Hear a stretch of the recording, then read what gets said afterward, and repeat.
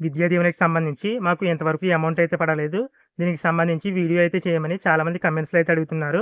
దీనికి సంబంధించి ఒక విషయం అయితే చెప్తాను. ఏంటంటే, ఆ విద్యా దీవెనకి సంబంధించి అమౌంట్ అనేది ఎప్పుడు పడుతుందో నాకైతే తెలీదు. ఎందుకంటే, ప్రభుత్వం ప్రతిదానికి కూడా ఒక ప్రత్యేక అధికారిని అయితే నియమించింది గానీ, ఇలా ఈ అమౌంట్ పడనప్పుడు ఏ అధికారిని కలాలి, ఏంటి అనేసి అయితే ఎవరిని కూడా నియమించలేదు. ఉదాహరణకి మీరు 1902కి కాల్ చేస్తే, వాళ్ళు త్వరలో ఆ అమౌంట్ అనేది పడతాయని చెప్తారే తప్ప, పలానా తేదీన ఈ అమౌంట్ అనేది పడొచ్చు అనేసి అయితే క్లియర్‌గా అయితే ఇన్ఫర్మేషన్ అయితే ఇవ్వరు. నేను కూడా ఎవరికైనా అమౌంట్ పడితే ఇన్ఫర్మేషన్ అనేది ఇస్తున్నానే తప్ప, ఈరోజు పర్టిక్యులర్ తేదీన ఈ అమౌంట్ అయితే పడుతుందనేసి అయితే ఎప్పుడు కూడా చెప్పలేదు. దీనికి సంబంధించి ఏదైనా ఇన్ఫర్మేషన్ వస్తే గనక త్వరలోనే నేను వీడియో అయితే చేస్తాను. ఇప్పుడు చెప్పుకోవాల్సిన మరొక విషయం ఏంటంటే, ఇప్పుడు ప్రభుత్వానికి వ్యతిరేకంగా ఏదైనా ఇన్ఫర్మేషన్ అనేది ఈనాడు న్యూస్ పేపర్‌లో వచ్చిందంటే, తర్వాత రోజు సాక్షి న్యూస్ పేపర్‌లో ఫ్యాక్ట్ చెక్ పేరుతో ఒక ఇన్ఫర్మేషన్ అనేది తప్పకుండా వస్తుంది.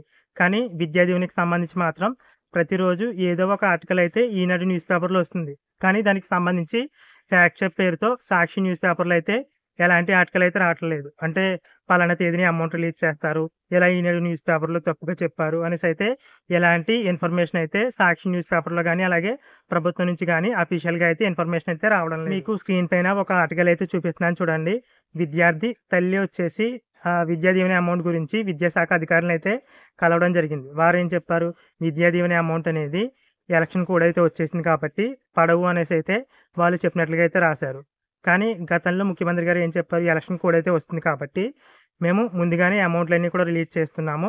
ఈ ఎలక్షన్‌కి ముందుగానే ఈ అమౌంట్ అయితే రిలీజ్ చేస్తాము అనేసి అయితే అప్పుడు ముఖ్యమంత్రి గారు నేరుగా అయితే చెప్పడం జరిగింది. అలాగే తర్వాత ఈనాడు న్యూస్ పేపర్‌లో ఏం రాశారు, ఎలక్షన్ కోడ్ అయితే వచ్చింది.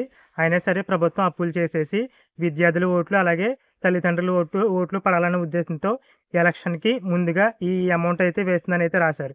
మళ్ళీ ఈరోజు న్యూస్ పేపర్‌లో ఏం రాశారు, విద్యాశాఖ అధికారులు ఎలక్షన్ కోడ్ ఉండడం వల్ల ఈ అమౌంట్ పడవు అని అయితే చెప్పినట్లుగా అయితే రాశారు. మొత్తం మీద అన్ని రకాలుగా కూడా అంటే ఈ అమౌంట్ పడతాయని వాళ్ళే రాస్తున్నారు. ఈ అమౌంట్ పడవు అని కూడా వాళ్ళే రాస్తున్నారు. మొత్తానికి ఈ అమౌంట్ అనేది ఎప్పుడు పడుతుందో ఎవరికీ కూడా తెలీదు.